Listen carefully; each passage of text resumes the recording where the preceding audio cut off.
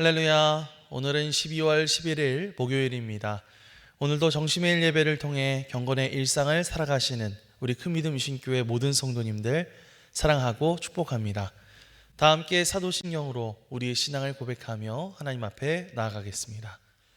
전능하사 천지를 만드신 하나님 아버지를 내가 믿사오며 그 외아들 우리 주 예수 그리스도를 믿사오니 이는 성령으로 잉태하사 동정녀 마리아에게 나시고 본디오 빌라도에게 고난을 받으사 십자가에 못 박혀 죽으시고 장사한 지 사흘 만에 죽은 자 가운데서 다시 살아나시며 하늘에 오르사 전능하신 하나님 우편에 앉아 계시다가 저리로서 산자와 죽은 자를 심판하러 오시리라.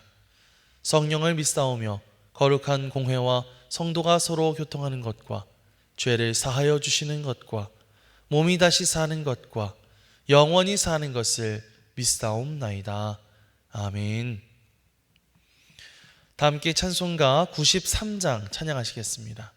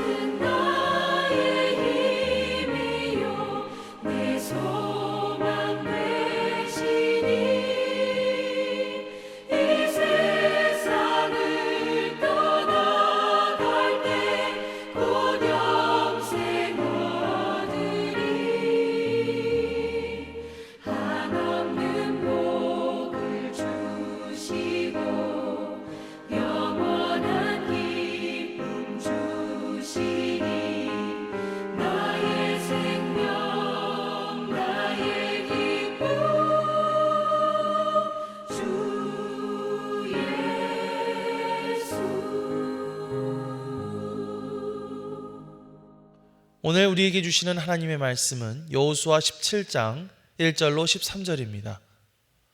므낫세 지파를 위하여 제비 뽑은 것은 이러하니라. 므낫세는 요셉의 장자였고 므낫세의 장자 마길은 길르앗의 아버지라. 그는 용사였기 때문에 길르앗과 바산을 받았으므로 므낫세의 남은 자손을 위하여 그들의 자손대로 제비를 뽑았는데 그들은 곧 아비에셀의 자손과 헬렉의 자손과 아스리엘의 자손과 세겜의 자손과 헤벨의 자손과 스미다의 자손이니 그들의 가족대로 요셉의 아들 므낫세의 남자 자손들이며 헤벨의 아들 길르앗의 손자 마길의 증손 므낫세의 현손 슬로브핫은 아들이 없고 딸뿐이요 그 딸들의 이름은 말라와 노아와 호글라와 밀가와 디르사라.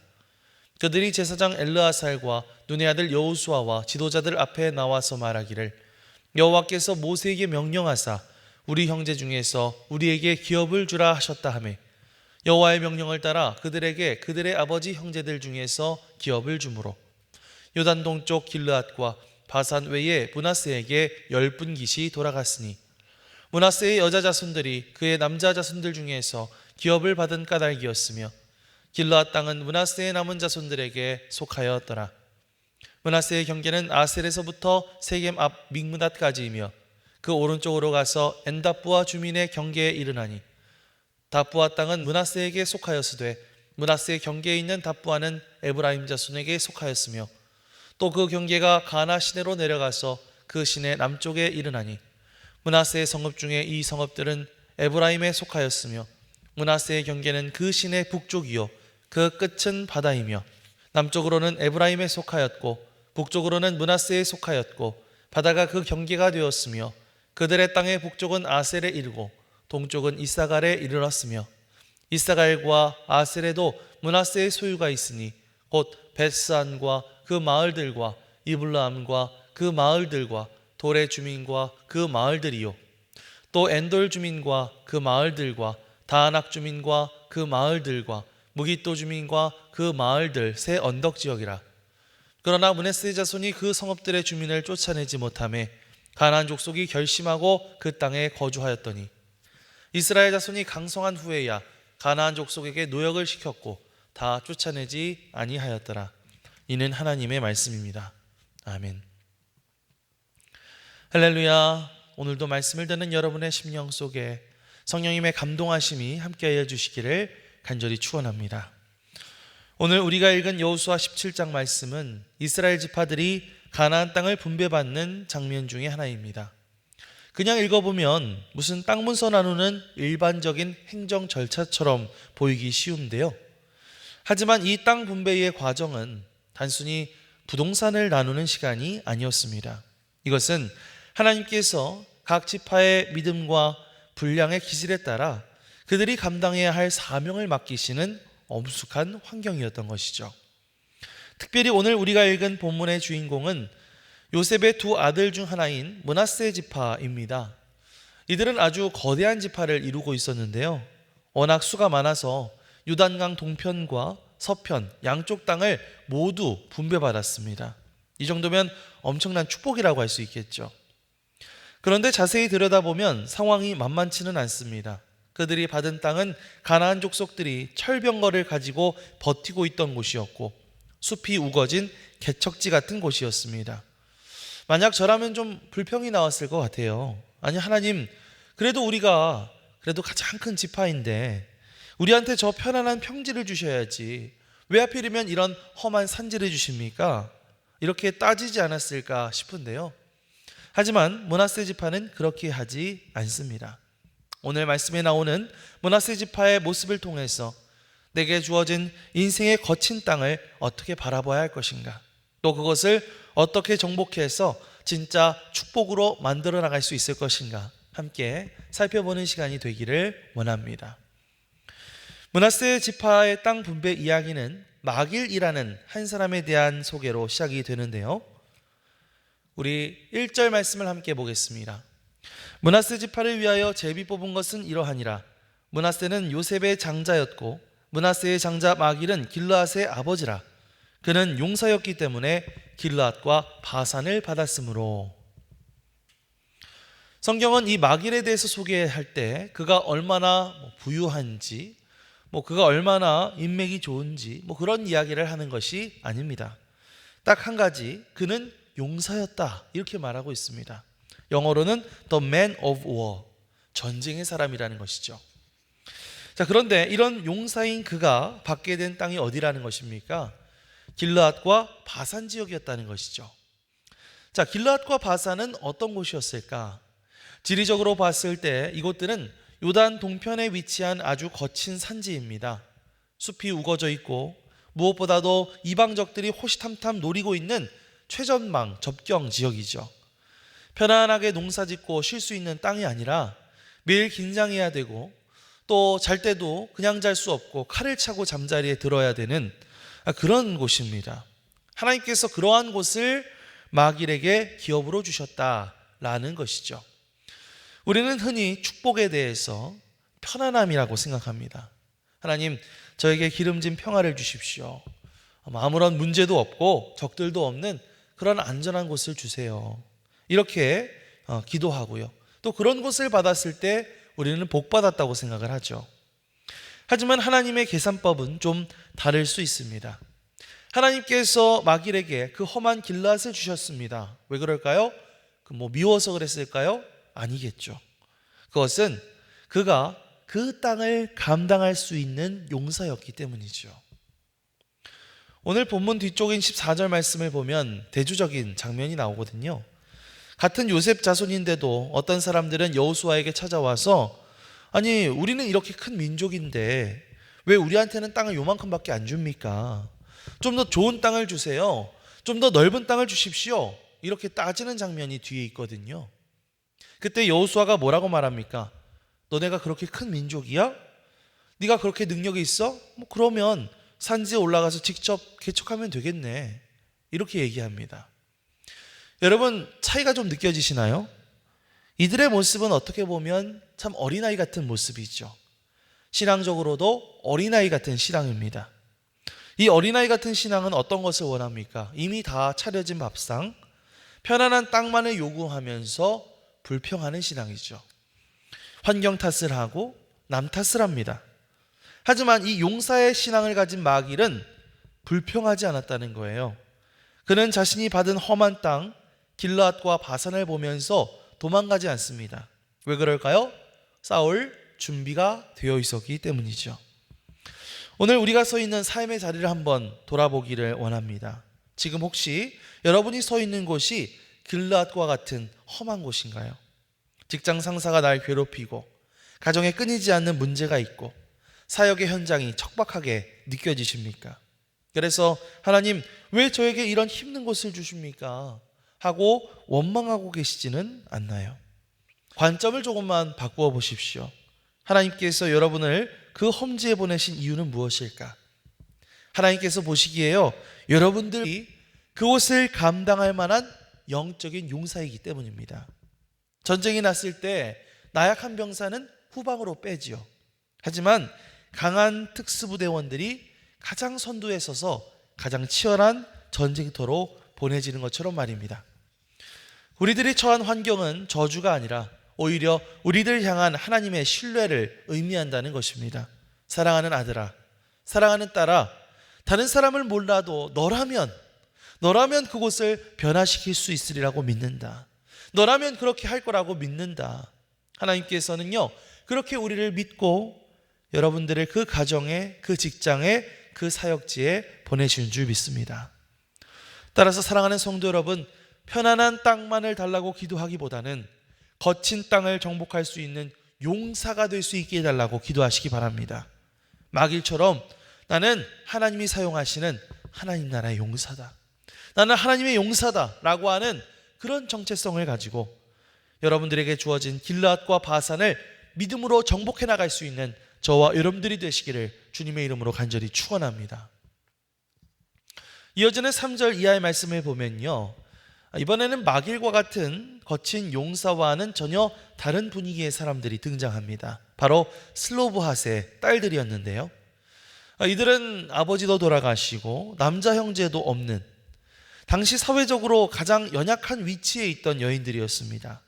당시 관습대로라면 이들이 없는 집안은 기업을 받을 수가 없었죠. 그래서 가문의 이름은 땅에서 사라지게 될 위기에 처하게 되었습니다.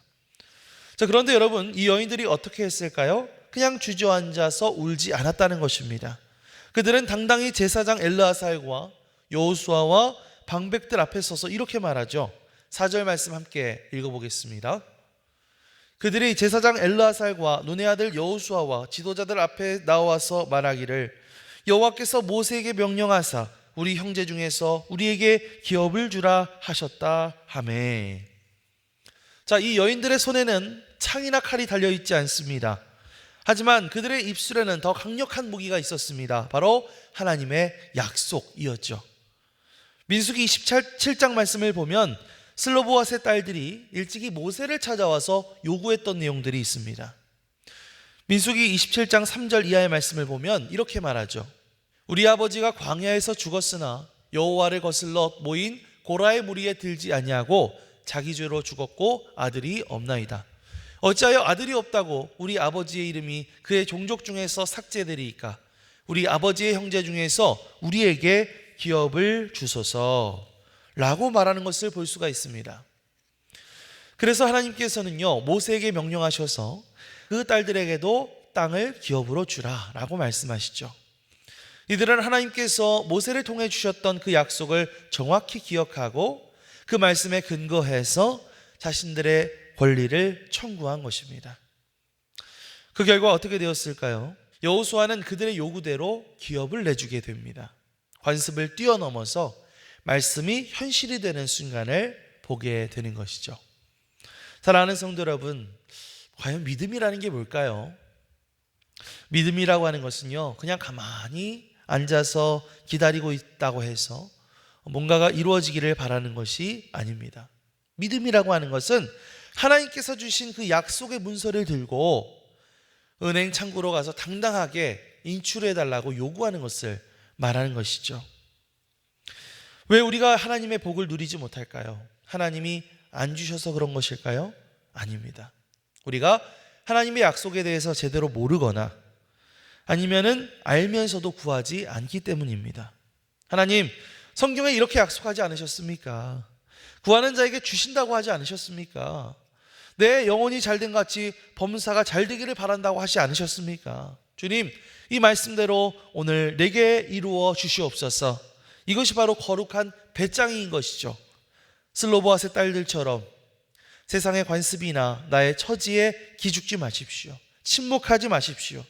약속의 말씀을 붙들고 기도의 자리 가운데로 나아가서 하나님께서 우리에게 주신 권리를 당당히 주장할 수 있는 저와 여러분들이 되시기를 주님의 이름으로 간절히 축원합니다. 자, 이렇게 므낫세 지파 가운데는요, 용사 마길도 있었고요, 또 지혜로운 슬로보앗의 딸들도 있었습니다.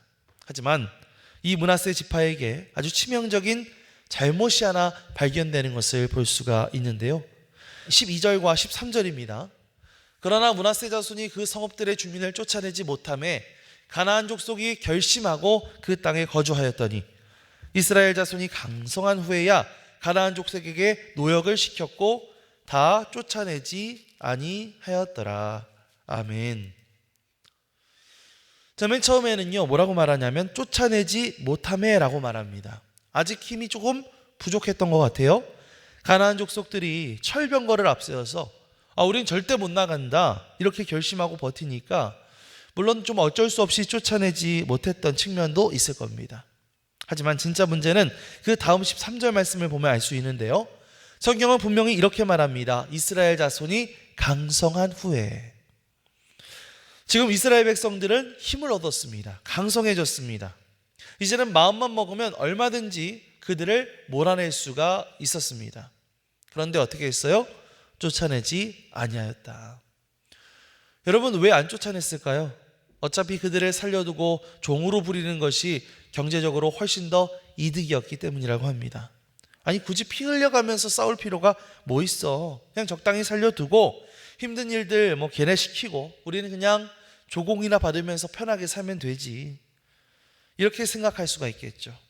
어떻게 보면 이것은 현실적인 계산, 굉장히 합리적인 판단인 것처럼 보입니다. 하지만 여러분, 이것은 하나님 앞에서의 직무유기이자 영적 타협이었다라고 말할 수 있습니다. 하나님께서 처음 그들에게 주신 명령은 가나안 족속들에게 가서 그들을 진멸하라 라는 명령이었어요. 왜 그런 무시무시한 명령을 하셨을까요? 죄와 공존할 수 없기 때문에. 죄와는 공존할 수 없다라고 하는 의미로 그들을 진멸하라고 말씀하셨죠. 자, 그런데 지금 므낫세 지파는 하나님의 그 거룩한 명령보다는 눈앞의 경제적인 이익을 택했다는 것입니다. 그리고 이 남겨둔 가나안 족속들은 훗날 이스라엘의 옆구리를 찌르는 가시가 되고 그들을 우상 숭배로 이끄는 올무가 되어버리고 말았습니다. 사랑하는 성도 여러분, 혹시 우리 안에도 이런 남겨둔 가나안 족속이 있지 않습니까? 처음에는 힘이 없어서 믿음이 연약해서 끊지 못했던 죄들이 있죠. 그런데 이제는 신앙이 쌓이고 직분도 받아서 더 강성해졌습니다. 이제는 끊을 수 있습니다. 그런데 안 끊습니다. 왜 그럴까요? 그 죄가 주는 달콤함이 있기 때문에. 혹시 여러분들은 내 자존심, 내 고집, 남모르는 은밀한 즐거움을 노역시키듯이 내 곁에 두고 즐기고 있지는 않습니까? 하나님은 적당한 동거가 아니라 거룩한 구별을 원하시는 분이신 줄 믿습니다. 내가 죄를 통제할 수 있다고 착각하는 순간 그 죄가 나를 삼키는 맹수가 되는 것이죠. 지금 당장 내 유익을 포기한다 하더라도 하나님께서 기뻐하시지 않는 것이라고 한다면 과감하게 몰아내야 합니다. 우리 안에 있는 핑계를 더 이상 멈추고 하나님의 말씀에 순종하여 내 안에 있는 죄악된 것들을 반드시 쫓아내기로 결단하며 나아갈 수 있는 저와 여러분들 되시기를 주님의 이름으로 간절히 축원합니다. 아멘. 사랑과 은혜가 풍성하신 하나님 아버지, 감사합니다. 우리를 편안한 안주가 아닌 거친 사명의 자리로 불러주셨음을 믿습니다. 눈앞의 험한 산지 앞에서 물러서지 않는 믿음의 용사가 되어서 그 땅을 개척하게 하시고 슬로보아스의 딸들처럼 약속의 말씀을 붙들고 천천히 하늘의 기업을 구하게 하여 주시옵소서. 무엇보다도 내 안에 있는 죄와 타협하여 적당히 머무르지 않게 하시고 모든 영적 가나안 족속을 끝까지 몰아내는 온전한 순종으로 참된 승리를 누리게 하여 주시옵소서. 감사드리며 예수 그리스도의 이름으로 기도드립니다. 아멘. 하늘에 계신 우리 아버지여, 이름이 거룩히 여김을 받으시오며 나라가 임하시오며 뜻이 하늘에서 이루어진 것 같이 땅에서도 이루어지이다. 오늘 우리에게 일용할 양식을 주시옵고 우리가 우리에게 죄 지은 자를 사하여 준 것 같이 우리 죄를 사하여 주시옵고 우리를 시험에 들게 하지 마시옵고 다만 악에서 구하시옵소서. 나라와 권세와 영광이 아버지께 영원히 있사옵나이다. 아멘.